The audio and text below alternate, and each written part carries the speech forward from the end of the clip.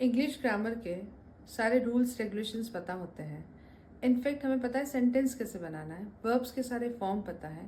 Then also people are doing mistakes while conversing in English. तो हम क्यों ये सारी मिस्टेक्स करते हैं? तो आज इस वीडियो में आपको मैं ऐसी 5 मेजर मिस्टेक्स बताऊंगी जो generally people are doing during the English conversation. तो हम एक एक करके उन्हें कवर अप करते हैं। सबसे पहले वाली जो मैं आपको बताने वाली हूँ that is all related with the subject verb and agreement.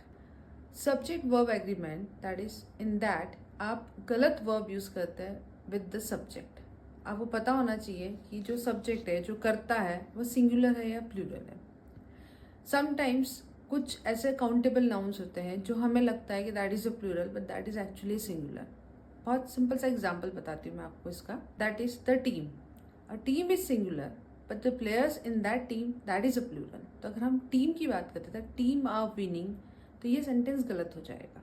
Players are winning is absolutely right but team are winning is wrong. यहाँ पे हम बोलेंगे the team is winning because team क्या है, सिंगुलर है, as it is known as a collective noun. तो यहाँ पे हमको सिंगुलर सब्जेक्ट के हिसाब से आपको उस अकॉर्डिंगली वर्ब यूज करना पड़ेगा। That is the role of subject verb and agreement.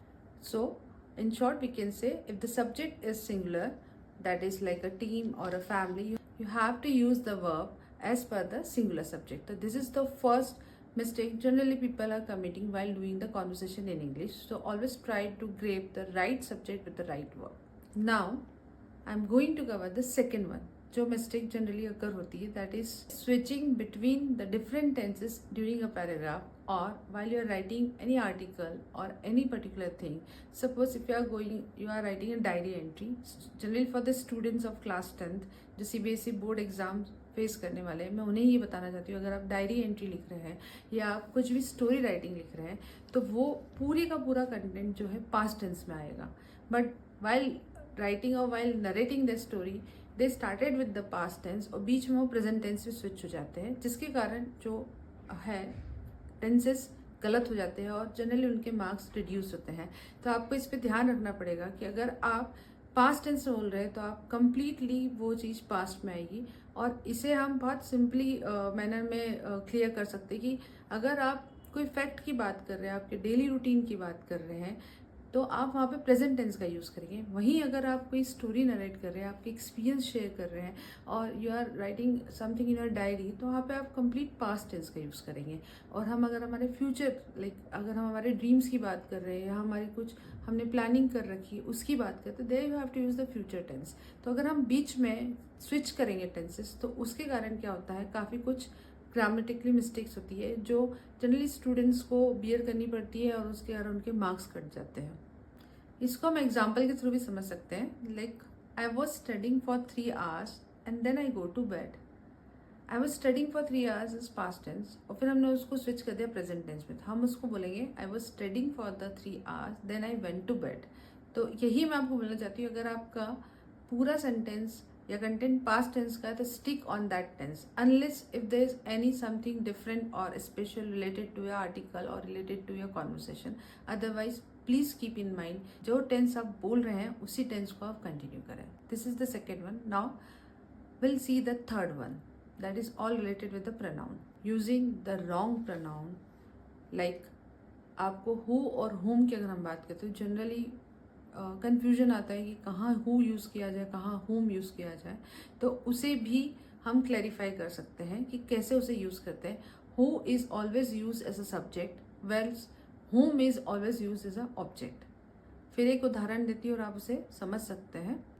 The student who I met is very smart. यहाँ पे हु नहीं आएगा, यहाँ पे होम आएगा। The student whom I met is very smart. तो ये आपको समझ में आना चाहिए कि होम जो है हम ऑब्जेक्ट के लिए यूज़ करते हैं। To whom should I address this, तो यहाँ पे भी हमने एज अ ऑब्जेक्ट के लिए यूज़ करा। तो हु और होम का अगर आप राइट यूज़ करेंगे तो आपकी जो प्रोनाउन की मिस्टेक्स होती है, pronoun it's a very very vast topic. It's not easy कि मैं आपको एक सिंपल से क्लिप में समझा दूँ, बट फिर भी हम फोकस कर सकते हैं प्रोनाउन पे। तो आपकी जो मिस्टेक्स होती है, ब्लंडर्स होते हैं वाइल स्पीकिंग इंग्लिश, तो हम उसे कम कर सकते हैं। The fourth one is punctuation error. In this, you have to give more stress on your intonation, right? On the pauses and everything. एक छोटा सा एग्जाम्पल देती हूँ। The cat's toy is red. और the cat's toy is red. इन दोनों में काफ़ी डिफरेंस है। The first one is related here, जहाँ पे हम कैट्स की बात कर रहे हैं, यहाँ पे प्लूरल है कैट्स का, और नीचे जो है CAT'(N')S, यहाँ पे हम के की बात कर रहे हैं कि केट का टॉय या केट के का like this, like Ram's mother, Ram की माँ। तो इस तरह से हम इसको अपॉस्ट्रफी को यूज़ करते हैं। तो आप पंक्चुएशन भी एक काफ़ी वास्ट टॉपिक है, और इस बेसिकली इस पे आप जब भी काम कर पाएंगे when you have a right pronunciation skill also. During writing okay you can apply the comma, but while you are saying something so you have to take proper pauses so that you can clarify what you want to say. And the last one, that is the parallel structure form of a sentence. इसको example देके मैं आपको समझाती हूँ। I love reading books, writing stories and to learn the new things. मैंने क्या बोला? I love reading books and writing the stories and to learn new things. तो अगर हम टू लर्न, यहाँ पे हमने टू लर्न क्यों लगाया है? अगर हम इसको ING फॉर्म में ले रहे हैं तो let it be the parallel form the structure, reading books, writing stories and learning the new skills. ये भी आप ध्यान रखिएगा कि अगर आप ING फॉर्म में चल रहे हैं तो उसे उसी तरह से सारे वर्ब को यूज़ करें और सेंटेंस फ्रेम करें।